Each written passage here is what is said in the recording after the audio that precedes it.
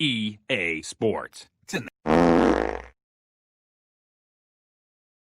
Hey, what's going on, guys? Welcome to the video. I just wanted to show you real quick before we get started that if you boot up Madden 20 and you're on the menu, this is probably the cheapest way to get Madden 21 at the highest version. It only costs $79.99 through this. If you have EA access and you go through Madden 21, it's only $80. So just wanted to show you that. Now moving on to the packs and all the things you get with the MVP version. I'm not really going to talk about whether I think it's worth it, because I think worth it kind of means something different to different people, and I think it's worth it because I'm going to be playing this game a lot, and also I make content, including the content you're seeing for the MVP version. So for me it's worth it, but it might not be for you. I'm just going to show you what you get, and then you can decide if it's worth it. So included in this MVP version, you do get yourself a Lamar Jackson, you get his power up, and you get training, so you can fully power him up. But it is a NAT version of Lamar Jackson. You can't sell him. I remember previous years they had the Antonio Brown, and you could actually sell him, but this is NAT. So it won't last you all year. It might last you a month into the game. So take that for what it is. There's also included some MCS content and some alternative uniforms. You're going to see some jump cuts here and there in the video, because like you guys know, if you're playing the game, the menus are disastrous. They're super slow.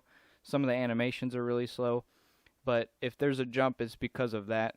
So this is not a fantasy pack. The MCS pack is all stuff you can just keep. There's, I think, 3 different uniforms, home and away, and then also some coaches. They do all sell for 1,000 coins, which I'll probably end up doing. I don't know if I want an MCS coach or uniform, but that's that. And then there's also some alternative uniforms, and those are the uniforms that were used last year during the Superstar KO. So there's 3 different teams that you can choose from. I think one is Odell Beckham's team, and the other 2 are, I think they're the 3 most popular teams, but you get to pick those uniforms as well. Another main selling point to the MVP version is the 3-day early access. But if you end up buying the MVP version after that, then that's really not a selling point. Another main selling point other than that is the 82 overall pack that I'm showing you right now, with all of the different players from every team. And I don't believe this is a make or break decision. A lot of people will make, hey, which pre-order guy should you choose? I think in most cases you're going to replace any of those players pretty soon after you have the game anyway. So I would just pick somebody that you know is a depth position, like a tight end or a cornerback, somewhere where you can have him in the lineup for a while. This is definitely the best part of the MVP version, is you get 17 team fantasy packs where you open the pack and then you get to pick out of all the teams, and you'll get that team's players. A lot of the time you'll end up getting power-ups, which is really good for early in the game.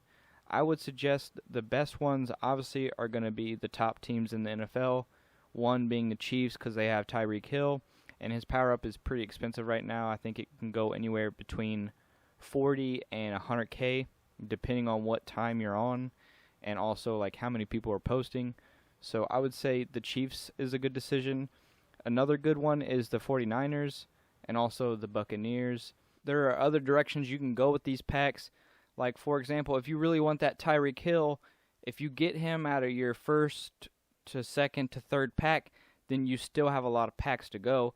Another way you can go about these is to try to aim for the team that you want to complete the theme diamond set for. So one guy who's really good is Adrian Wilson for the Cardinals. He's a 6'3 safety. He plays a lot like Sean Taylor. And if you really wanted to go after him to make that set cheaper, you could just open the Cardinals over and over and over to try to get all the pieces for that.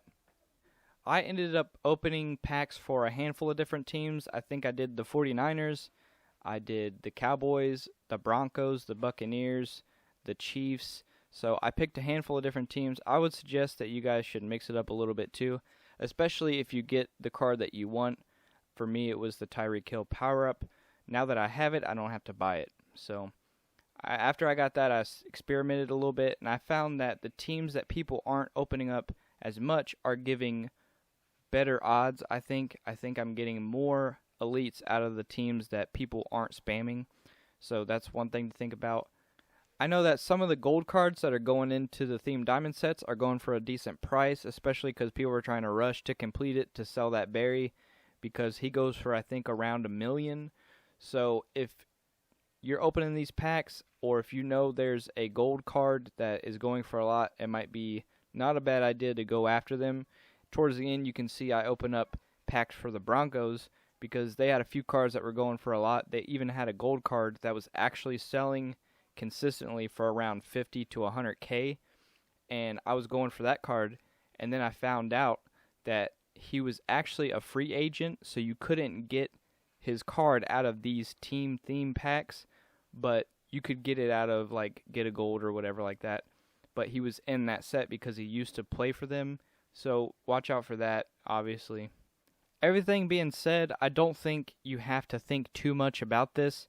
I think no matter what decision you make, you're still going to get cards. Every pack is going to have cards that are profitable. It's the beginning of the year. Everybody's buying power-ups, elites, and things like that. No matter if you're trying to pull elites, if you're trying to go for a certain power-up, or you're trying to fill up a theme team that you're doing, or even trying to do the Theme Diamond sets, these packs, it doesn't really matter what direction you're going, you're going to get profit. Just try to fill whatever your needs are, and really the main point to these is just the odds. You could get really lucky. You could even pull, 88 overall elites out of these. If you go with, any random team, you could end up pulling one of their best elites. So it's all about luck, whether or not, you find the value in these packs. All of that out of the way, do you guys think that the MVP version of this game is worth it? And what version of the game do you guys have? Now, while the rest of these packs are running in the background, I just wanted to move away from the rewards and just talk about the game a little bit. What are you guys thinking about the game? First impressions of the game?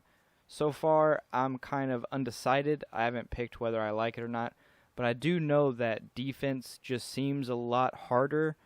I've been decent with my user against the computer, but I don't really know how it's going to stack up against players because I haven't played too many online games yet.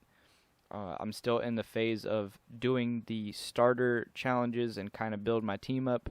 So let me know what you guys think of the game. Obviously, I'm pretty sure we can all agree that the menus are terrible, so hopefully they patch that. I'm not really sure what that could be, if it's the servers or if it's the coding of the game, but I don't think we've ever had to deal with it on this level ever before. I do believe they said that the whole UI was kind of a practical approach with how they took the design of the cards and having no back of the cards. It was supposed to help the loading, but I feel like it's a lot worse, so I don't really know what they're doing here.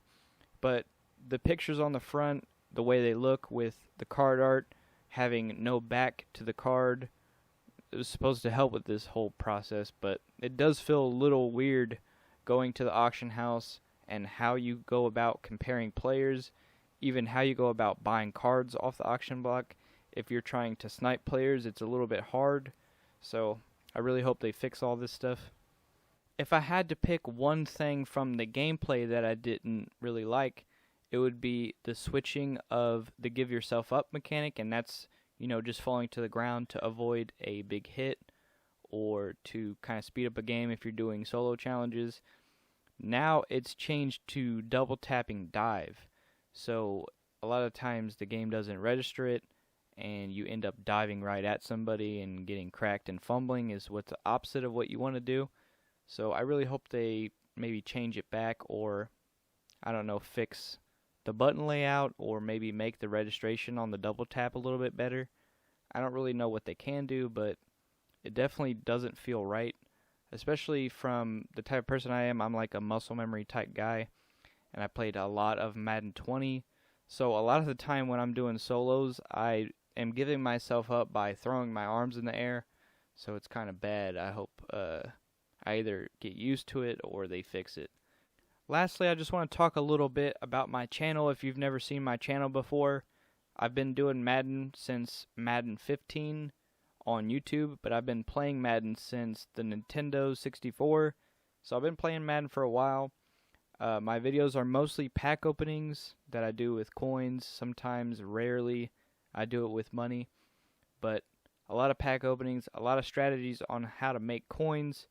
Also, I do some tips here and there for beginners mostly, but I will throw in, an advanced video every now and again.